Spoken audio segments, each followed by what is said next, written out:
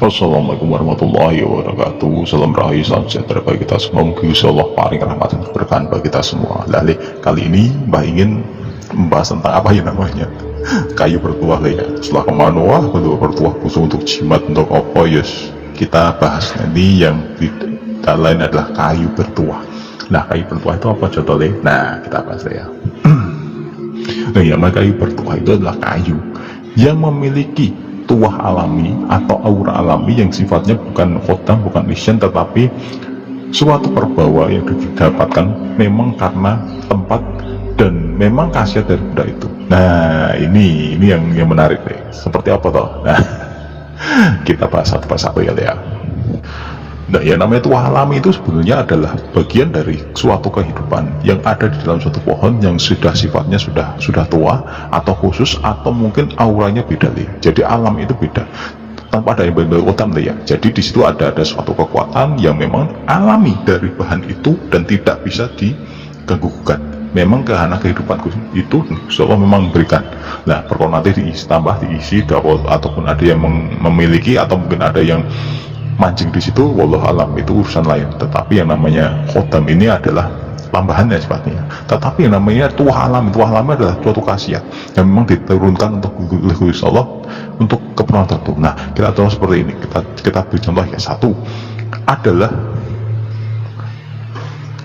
kayu yang berasal dari pohon Dewandaru deh. Nah, pohon Dewandaru ini ada legendanya dengan Sunan Nyamplungan ya di Karimun Jawa sana. Nah, Dewandaru ini adalah pohon yang memang punya khasiat dan legenda. Dulu kalau orang yang tidur di bawah pohon Dewandaru, nama juga Daru ya. Daru itu ada berkah kawasan atau mungkin keberkahan ya. Nah, jatuhan pohon Daru masih bakal oleh kabesan. Wallahu alam gitu. Tapi di sana ya.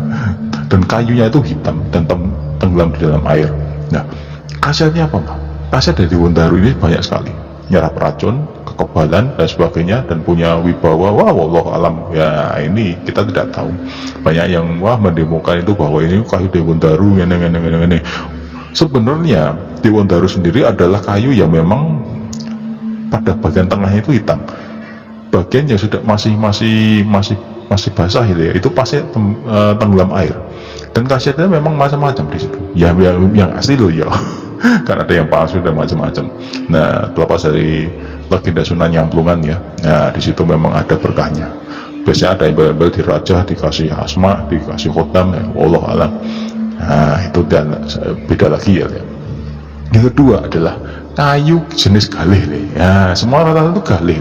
Di sini yang sering dipakai itu adalah galih kelor dan galih asam. Nah, semua jenis galih ini adalah kayu yang sifatnya adalah sudah mengeras pada bagian intinya, warnanya hitam. Dan kayu ini jika digunakan untuk tuah alaminya, rata-rata untuk kekebalan. Nggak beda dengan Dewandaru tadi ya. Galih kelor dan galih asam. Nah, galih kelor ini lebih ke penyembuhan ya, untuk tolak bala dan sebagainya, dan punya unsur kekebalan. Dan untuk membadarkan, badar itu istilah untuk menetralisir. Jadi kalau ada punya ilmu kebal, dicaplek pakai galih kelor atau mungkin digebuk dengan galih kelor, ilmunya rontok nih. Wah, wallahu alam, tak banyak seperti itu. Nah, beda lagi dengan galih asam. Galih asam itu untuk kebalan deh, karena memang galih asam itu rata-rata adalah asam. Asam itu ada khasiat khusus yang sifatnya adalah pengikat, ngikat rasa untuk suatu hal yang sifatnya rata-rata untuk kadegdayan deh. Jadi ngikat rasa di sini adalah suatu hal yang dipakai untuk menguatkan rasa. Aduh, rasa itu apa ya? Rasa itu adalah hal yang rasanya dikuat nih. Apa ya sebenarnya? Malah Mbah lupain namanya ya.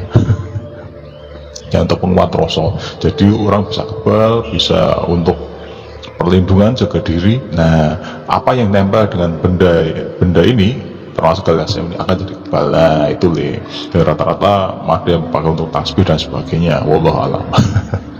Nah, yang keempat ini ya, ini jadi jenis galih asam dan galih kelor ya.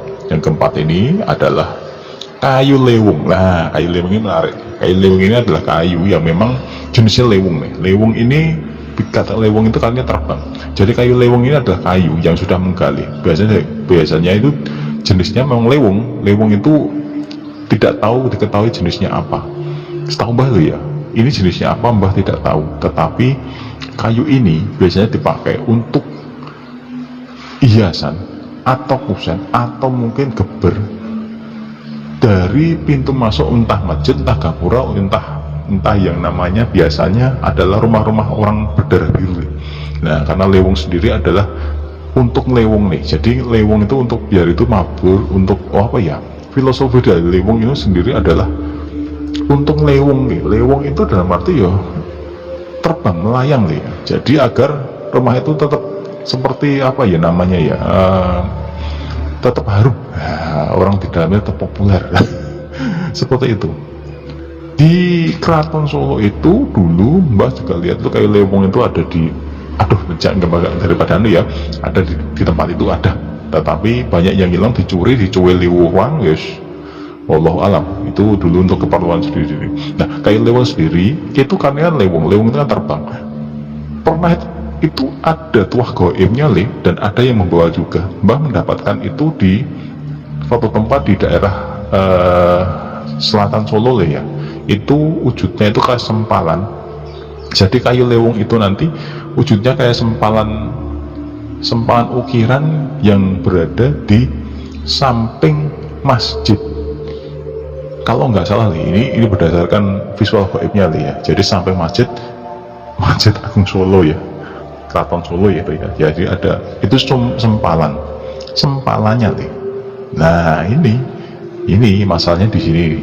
Nah terus memang Mbah mendapatkan itu nggak sengaja ya, pas ya ada suatu memang gelah muncul ya Mbah ambil. Nah terus ditayuh memang itu kayak lewung, tapi wallahu alam sekarang barangnya hilang lagi. Berarti bukan jodoh ya.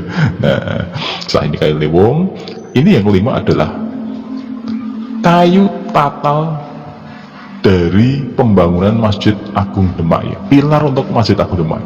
Nah kita tidak bisa mengungkiri dulu zaman para wali, kecerdasan dari Kanjeng Sunan Kalijogo itu bukan memakai kayu solid besar, jati besar, itu tidak, tetapi ada memakai tatal. Tatal itu adalah gabungan kayu disusun jadi satu, dipelipet, disusun dan dipelipet ya. Dipelipet itu diikat dengan besi membentuk suatu kubah besar ya. Jadi gelondongan besar sampai ke atas. Jadi gelondongan besar dari kecil-kecil namanya tatal.